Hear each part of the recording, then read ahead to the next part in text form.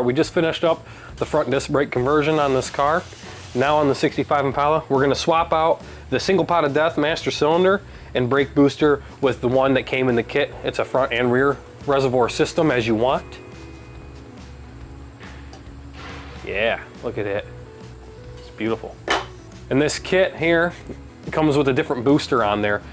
The original booster and the new booster are different in mounting capabilities. The new booster comes with a bracket that goes ahead and spaces it out. This is one of the brackets right here. There's two of them. So if you want to, depending on your setup, you can use the brackets. It will maintain the mounting holes on the firewall, but it pushes the booster and the master cylinder out farther, which depending on your application, you may not want that. So, like we didn't want it, we wanted to go ahead and opt for a more stock look closer to the firewall. So, like the original here, it doesn't stick out that far. If the new one would, stick out to about yay, and then it would look a little bit different, and it may get in the way of whatever you have on your car. So we didn't want to do that on the Impala here, so Josh opted to make it look stock as possible, and given the condition of our car, and it's up to your discretion on your own car, we went ahead and, given the condition of the firewall on this one, we opted to wallow out one of the mounting holes on this car to keep it more stock. So let's go ahead and dig into taking this thing out. It's pretty simple. So for the master cylinder here, you just have, is it one line on this one? Yeah. Just one line. Yeah, just one line on this. Obviously we snapped this one off already, and we already have this thing pretty much out of here. So pop the line off, drain your fluid out, pop off your vacuum booster line, and then you go right into the car. That simple. There's 4 9/16 nuts that mount this thing on there, and a clevis that puts it right on the brake pedal. So we go ahead and get in here. Josh, go ahead and get in there. You can go ahead and show them where that mount's at up there. So we've already taken the nuts off. Yep. So this is already uninstalled because we've already prepped the new one. But we have one here, one up there, and it's kind of hard to get in here with the camera and my body. We have one here, and there's one up there. You have this rod right here, and the clevis would be attached. We'll show that in a second. So we'll go in that hole on the brake, and that would have a little retaining, little retaining pin like this that goes through it and uses this clip on there. We'll show that when we're installing the new one. We already have the clevis and everything mounted to the new booster. As you can see, that's all it is. This was the original clevis from our car, though. Yes. And we just put it on the new booster. Yep. And if you want to use the spacer, which these go on something like this, we just opted not to do it. Yep. You have to go ahead and use the rod extension that comes with the kit. So, yeah, it goes on that way. So it go on like that. You do it for both sides, and it space you out. But then you would have to use what Anthony's showing right here. Yep. You have to use that spacer, go on there, and your clevis would now go on top of that. Yep. Make it longer. I didn't want to do that, so we skipped that part. Yep. So Anthony, go ahead and take the, as you see, it's already uninstalled. It's just sitting in there right now for video purposes. Yep.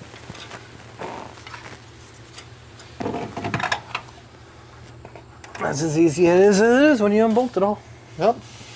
So that's it. It's out. It's out. We don't need that one anymore. And if you come in here, you'll see what we did. Yeah. I did this off camera. Right here. But yeah, so the new booster does more of a traditional square. The original 65 Impala had a kind of offset for this bottom one. So it's kind of hard to tell, but I had to wallow this out enough where I can get in there. Yeah. As we said, do that at your own discretion. If you're going to come to your firewall, make sure you're confident doing that, and you're confident doing it. I just used a drill, just kind of walled it out. That was my method. You figure out how you want to do it yourself. That's on you guys. Yeah. But this way I can just bolt it in normal, and it still gives me full articulation, and I don't have to use that spacer. No.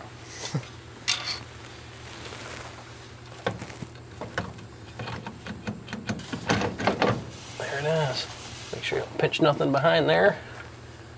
And voila. Now we go on the inside of the car. 4.5-inch nuts hold the new one in place. Well, it's a little bit different than the 9/16 guy. I'll get our camera in here and have him do it, but Yeah, it's kind of a the squeeze. 4 holes we showed you, put nuts on them. Yep. Pro tip, make sure you get your clevis aligned first before you start screwing it in. Yeah. So you might have to pull it out and test fit it. You have to go closer to the driver door Good. There you go. All right. That's probably gonna cut up. There it goes. All right, those are on. That one's on.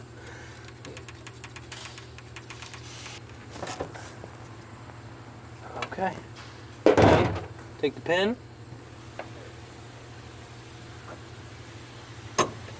There it goes. Then this clip goes on this way, like this. And it just goes over top of that guy. There it goes. All right. So you see that, you put the pin in, and then that little clip goes right over the pin. Just kind of Yep, just slips right on and pin clips right in. here. That clip goes on there, kind of just slides on there. And then now your pedal, you got full articulation. Just make sure your 4 bolts are tightened up. And just like that, Anthony, you've now installed the deck. New booster. Woo. So stop. Make sure you do this right. This is Anthony from the future. We already had the booster and everything installed on the Impala here, but we missed a very important step, okay? Step that we missed here is we did not, because it came from the factory, or from where we bought it from, and we thought everything was gonna be good, we did not check the push rod adjustment from the booster to the master cylinder, okay? You don't want any preload, and you also don't want it to be too far away so that way your throw is out from your brake pedal. When we went ahead and did this, we found out that it wasn't adjusted correctly, so make sure you do this before you get this whole process done like we did, okay? So how to do this, it's pretty simple. You go on Amazon and you buy this really fancy tool. We'll go ahead and put the link in the description here. All it does, it shows you the depth of the bore for the master cylinder, and then it shows the depth of, or the length of, the push rod on the booster side. And you match it up, and you want to make sure you have about a 1/16 of an inch of clearance. That way you don't have preload and it's not too slack. So let's go ahead and show you guys how to do that real fast. I'm gonna go ahead and take off the booster. Already loosened it just to make it quicker. Pull this guy out nice and easy because we left everything hooked up. There we go. Now, there's your push rod. And you can see it's adjustable, all right? So you got a locking nut and this pin comes out. It takes 2 different wrenches, or a wrench and a socket, however you can get it in there to get it out.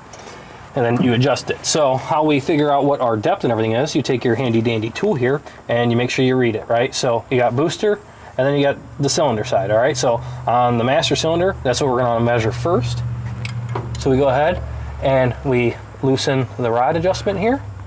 We push it down to where the magnet makes contact, and then we tighten up the rod, right? Now that's our depth. Then we take the booster side here, which will match to this depth here, and we have to check it to make sure we have our clearance, or close to. As we could tell, we're out. So I don't know, Josh can get that on camera very well, but we got about an 1/8 inch or so, maybe just a little bit smidge more, maybe 3/16 of preload on this booster. So we got to go ahead and take that apart, see if we can adjust it. If we can't adjust it, then we got to get a different push rod pin.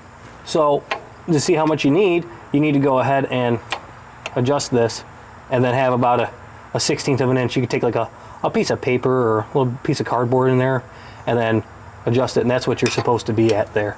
But as you can see, what we had on there, it was preloaded. So we're gonna go ahead, we have to adjust that and see if we can make it work. So make sure you do this before.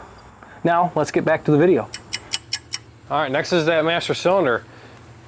Make sure you plug in your vacuum booster line and use your vice grips for hands, or channel locks for hands, and put your clamp on, and then we're on to the master cylinder. Let's go ahead and throw that thing in the vise and get it ready to bleed. So we can't just throw it on? No, you gotta bleed it. So bench bleed your masters. The kit says to do it, you should do it with every vehicle if you can. This kit came with a Dorman universal bench bleed kit for a master cylinder, so use it. Top 3 only brake fluid, make sure it's new. Since you're already putting new brakes and everything on the car, you might as well not use some old garbage brake fluid. It's like $8 for 32 ounces, whatever that is. Math. Okay. Let's go ahead and bust out this kit. That's secure. Yep. Go ahead and put these in. They're 2 different sizes. All right, nice and snug.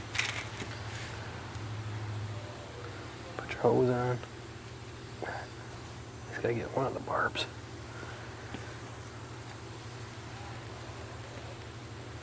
And all right. So now, should be able to fill this guy up.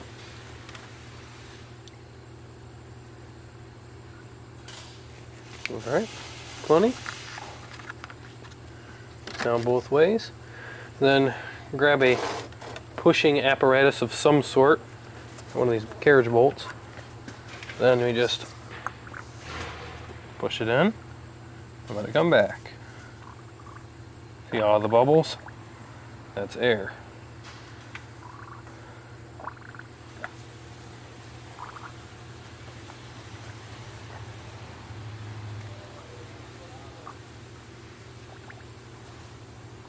See, we're getting less and less bubbles as we go. 2 hours later. I'm actually gonna do, because I'm gonna add a little bit more fluid too. Yeah. There's a lot in the lines, everything now.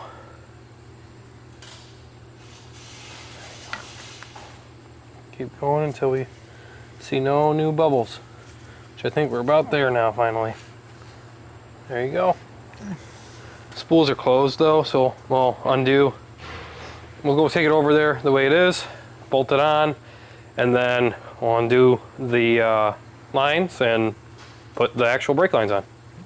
You got 2 9/16 nuts to put on this guy. Go ahead and pull that out of the way for me, please. The spool's closed, it shouldn't. Yeah, trying to suck in. No. There we go, there's that. I'll tighten that up real quick. And if it wasn't clear, we already pre-made all the lines for the car since we did the front brakes. Yep, did that off camera. Thank you, Josh. All stainless, all right? All stainless steel brake lines on this car is what we decided to go with. Inline Tube is one that makes them. They're headquartered in Michigan here. Yeah, and they made them for this specific conversion, so I didn't buy that kit, I just made my own. So you guys can do your own research on that, but there are some options if you're not comfortable making them.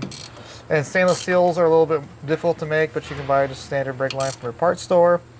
Or, I guess, the nickel copper ones are Yeah, one those are option. pretty decent. Those are really easy to flare. Stainless steels, you do need a little bit more of a specialty tool for that, though. So. Yep. All right. So that's that. Let's go ahead and hook up these lines. Yep.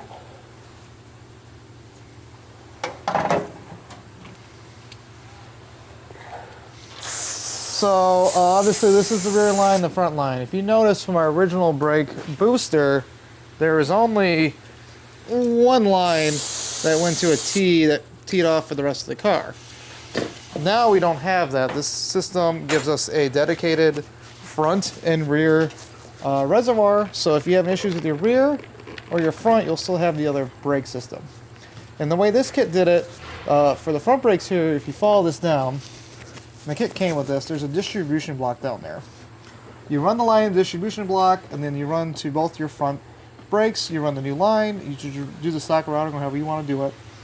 But that's how you do that. And for the rears, this kit was interesting, because instead of having it integrated in the distribution block for the rears, which some systems might do, or some stock cars would do that, we have this line goes to this adjustable proportioning valve.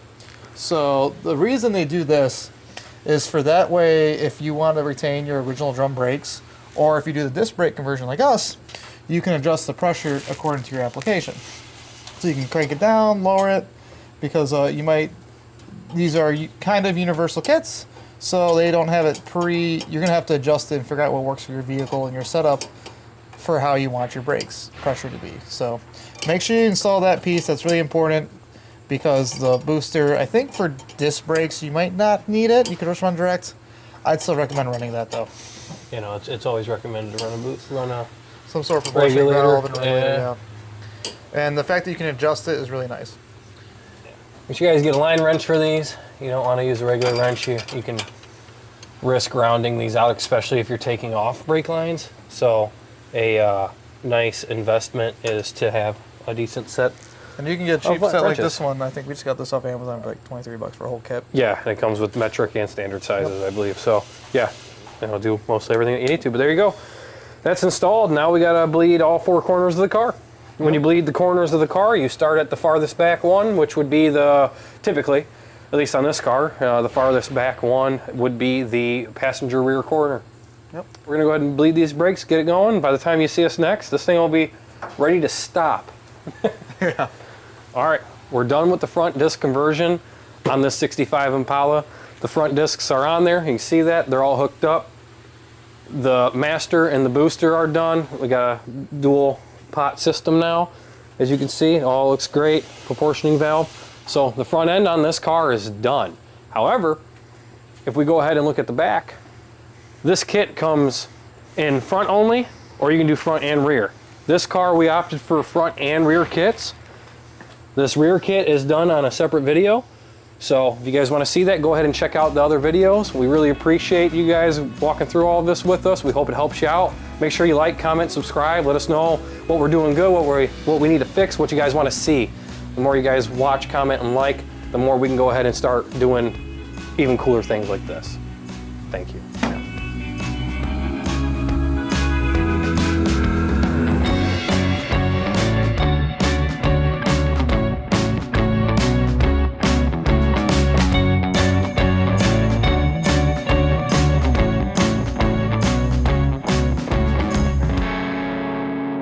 Thanks, guys.